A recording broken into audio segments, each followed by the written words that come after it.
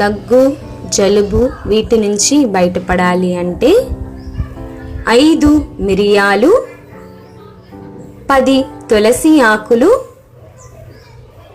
2 గ్రాముల అల్లం వీటిని రోటిలో దంచి 2 కప్పుల నీరు పోసి మరిగించి కప్పు వచ్చేంత వరకు ఉంచి ఈ యొక్క కషాయాన్ని 3 రోజులు పరగడుపున తీసుకున్నట్లయితే దగ్గు, జలుబు నుంచి ఉపశమనం పొందవచ్చండి.